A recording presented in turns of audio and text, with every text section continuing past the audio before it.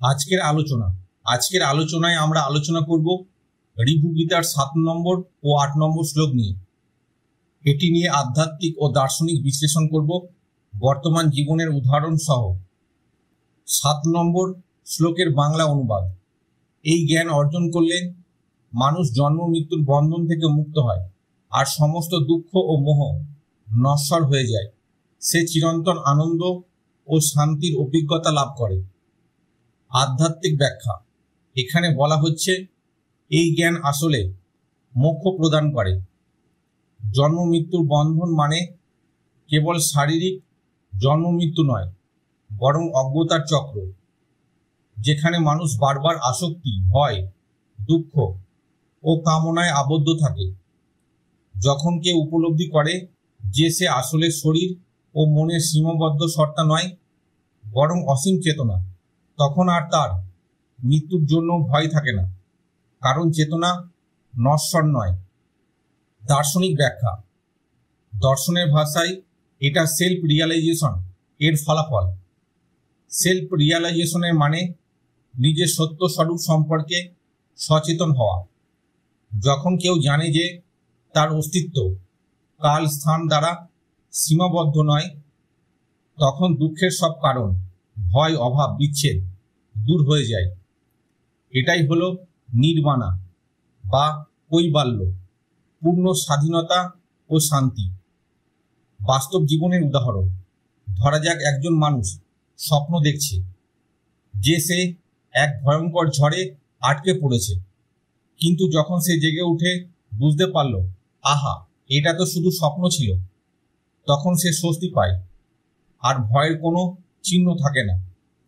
ঠিক তেমনি জ্ঞানী ব্যক্তি উপলব্ধি করেন জীবনের সমস্ত সুখ দুঃখ আসলে এক মহাজাগতিক লীলা, যার ভিতরে আমি অবিনশ্বর। এই উপলব্ধি তার মনে এক অটুট শান্তি এনে দেয়। 8 নম্বর শ্লোক বাংলা অনুবাদ। এই জ্ঞান সব ধরনের শাস্ত্র অধ্যয়ন, সব তপস্যা, সব যজ্ঞ ও সমস্ত পূর্ণ কর্মের থেকেও শ্রেষ্ঠ, কারণ এগুলো সীমিত ফল দেয়, কিন্তু এই জ্ঞান অসীম ফল দেয়। এটি মানুষকে সরাসরি ব্রহ্ম স্বরূপে প্রতিষ্ঠিত করে। আধ্যাত্মিক ব্যাখ্যা।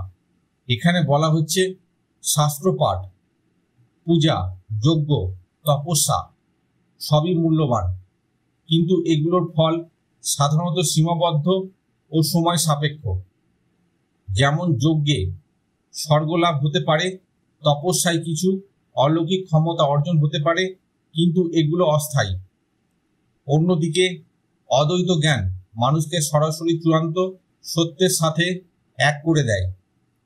এটি এমন এক উপলব্ধি যা পেলে আর কিছুই জানার বাকি থাকে না, আর কিছুই পাওয়ার নেই। দার্শনিক ব্যাখ্যা। দর্শনের দৃষ্টিতে এখানে মিনস ভার্সেস এন্ড এর পার্থক্য বোঝানো হয়েছে। শাস্ত্র অধ্যয়ন, যজ্ঞ, পূর্ণ কর্ম এসবকে বলা হয় মিনস বা উপায়, যা প্রস্তুতি দেয়, কিন্তু ব্রহ্মজ্ঞান হলো এন্ড বা চূড়ান্ত লক্ষ্য। যেমন নৌকা ব্যবহার করে নদী পার হওয়া। নৌকা গুরুত্বপূর্ণ, কিন্তু গন্তব্যে পৌঁছানোর পর নৌকার প্রয়োজন থাকে না।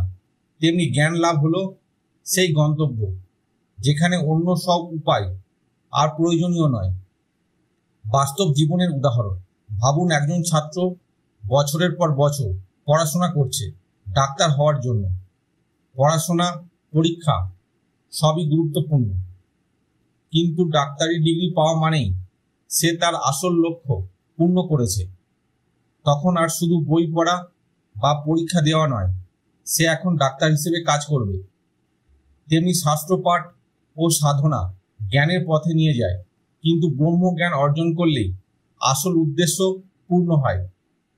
ঋভু গীতার 7 নম্বর এবং 8 নম্বর শ্লোকের ব্যাখ্যা এখানে শেষ হলো। 9 নম্বর এবং 10 নম্বর শ্লোকের ব্যাখ্যা পরের ভিডিওতে দেওয়া হবে।